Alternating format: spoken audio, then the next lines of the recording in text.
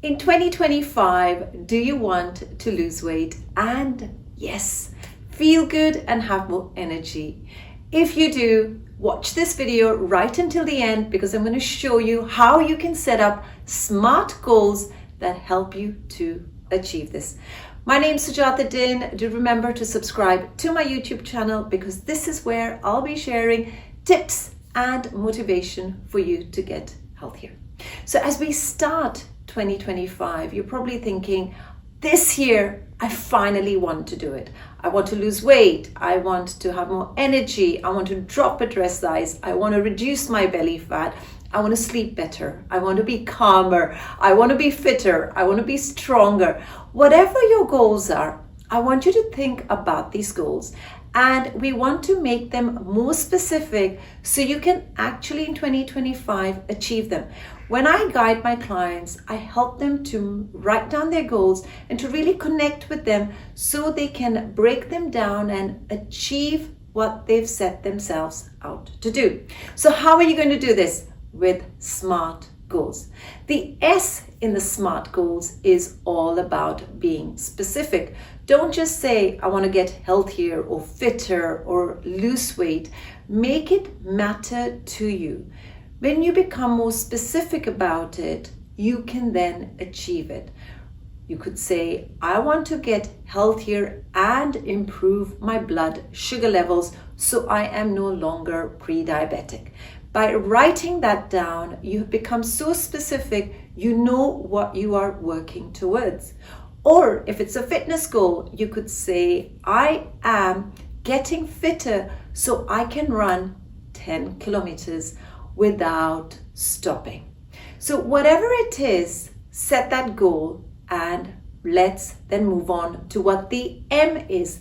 The M is all about measuring what you are doing, because often again we are quite vague, and if we can't measure it, we are not doing it. So in order to measure it, it's got to be something you can track really easily. So for instance, if your goal is to get fitter and you want to run 10K, you could start by saying, I am going to run 3 times a week and increase the distance every week or every 2 weeks or whatever works for you. But you've got to measure what you're doing and you've got to say how often you're going to be doing it. So you can look back and see, am I actually doing it?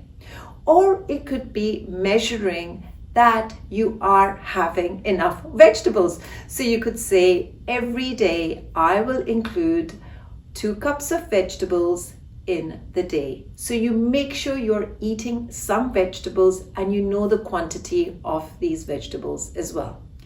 The A is something that is achievable for you, not for your sister, not for your best friend, but for you.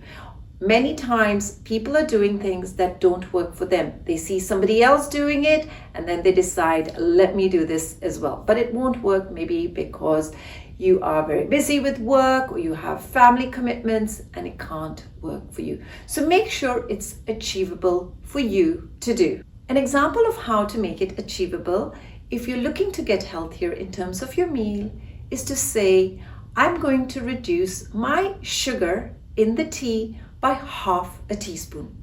Don't go from having 2 teaspoons of sugar to having none. You could reduce it from 2 teaspoons to 1.5 teaspoons because that's more possible to do rather than cutting it out altogether.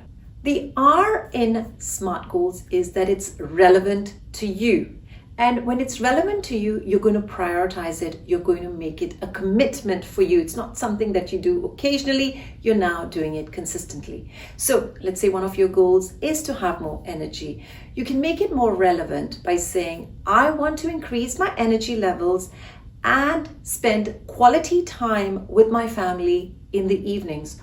Or I want to go for a hike with friends over the weekend, and that's why I want to have more energy levels. So make it really, really relevant to you that you want to do it. And the T is the time you are setting yourself to do it. So don't make it only about weight loss when you're thinking about the time.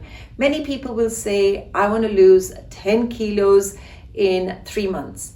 And if you make it only about the weight and you're not losing weight in the first month, you end up just giving up, thinking it's not working for you. So make it about the actions you're taking rather than only where the scales are. One example could be you set yourself the goal in saying, I am going to make sure I walk for 30 minutes every day, including the weekend. That way you have set a time for what you're doing. And you can also challenge yourself as a bonus and say, I start with 30 minutes and at the end of the month, I will increase it by 10 minutes in the second month. So you're making it specific, measurable, achievable, relevant, and time-bound for yourself. So in 2025, let's make these SMART goals, because when it's a SMART goal, you know exactly what you're going to be doing. In my wellness membership program, all I teach is about the actions to take. We don't focus only on the scales. We don't focus only on what you're eating. I want you to look at your energy levels. I want you to look at your sleep, your morning routines, your evening routines, thinking about your stress levels. And I want you to do things that's helping you get closer to your big goals. So you can support your hormones and not feel tired and do the fun things that you want to be doing, like traveling or wearing what you want to at your next beach holiday. Now, do remember to subscribe to my YouTube channel, because this is where I'll be sharing tips, recipes for you to get healthier and stay healthier this year. Any questions at all, reach out, let me know, and I'll be more than happy to help you. Look forward to seeing you again in my very next video. Bye-bye.